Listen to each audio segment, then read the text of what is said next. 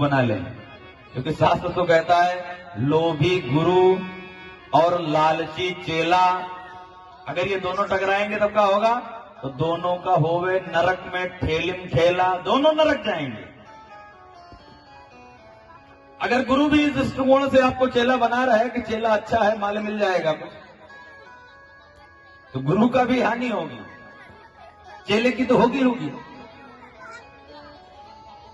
तो बिल्कुल आंख खोल करके एक 10 रुपए का मटका भी खरीदने जाते हो महाराज, तो 10 बार उसको ठोंक बजा करके देखते हो कि नहीं देखते हो?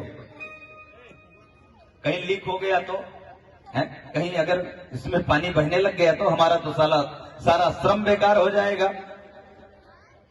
तो जब आप 10 रुपए का मटका भी ठोंक बजाकर खरीदते हो, तो अपना पूरा जीवन जिसके चरणों में रखने जा रहे हो, जहां आप शरणागति लेने जा रहे हो, तो कम से कम उसका भी तो ध्यान रखो।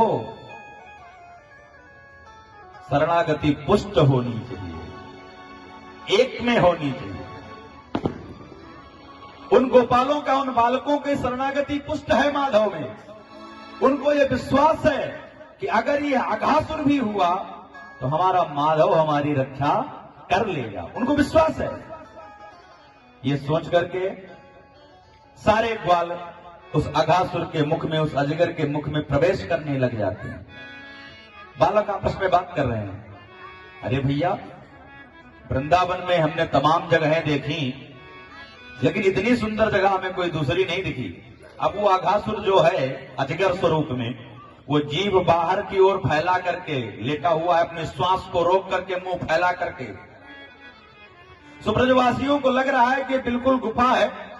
जैसे ही उसकी जीभ पर ब्रजवासी चले तो ब्रजवासियों ने कहा कि वाह भाई, वृंदावन में ठाट है, बताओ इस गुफा में रहता कोई नहीं, ज्यादा से ज्यादा अंदर कोई महात्मा बैठ करके तपस्या कर रहा होगा।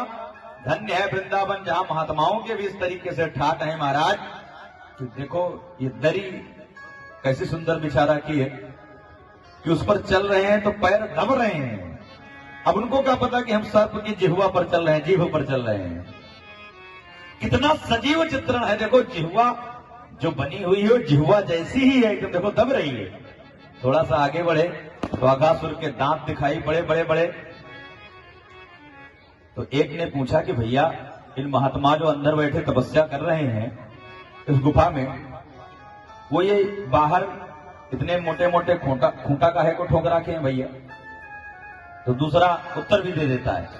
एक प्रश्न करता है तो दूसरा साथी उत्तर भी दे देता है, भैया उन्होंने खूंटा इसलिए पहले से लगवा रखे हैं कि कोई गृहस्थी आवे, उसके पास कछु अगर सामान होवे तो वो सामान पहले से टांग देवे इन खूंटन में और तब आवे हमारे पास।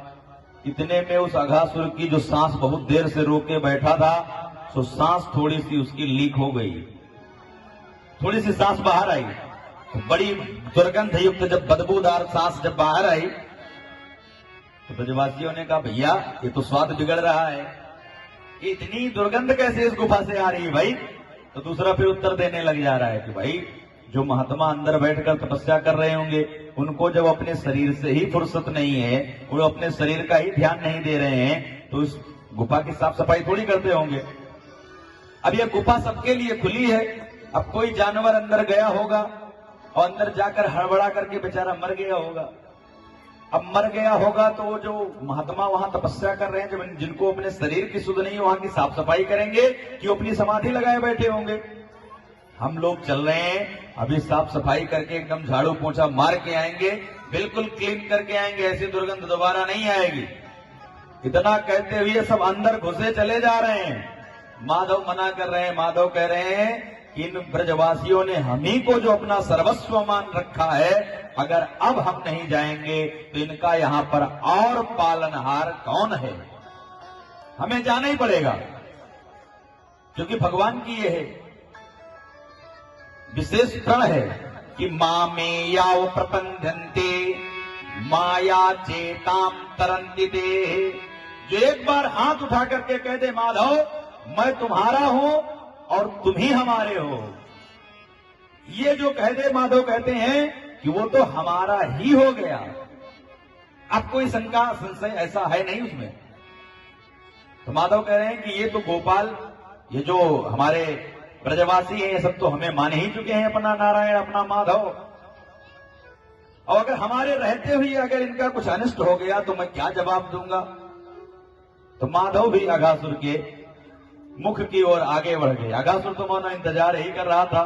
जैसे ही माधव उसके मुख में प्रवेश किए, सो अघासुर ने गप्पदी से मुंह बंद कर लिया। अब सारे ब्रजवासी वहीं के वहीं फंस गए। भगवान ने जाकर के अघासुर की श्वास रंधी में ही जाकर के माधव बैठ गए। तो उसका श्वास लेने में समस्या हुई और उसकी श्वास नली फट गई।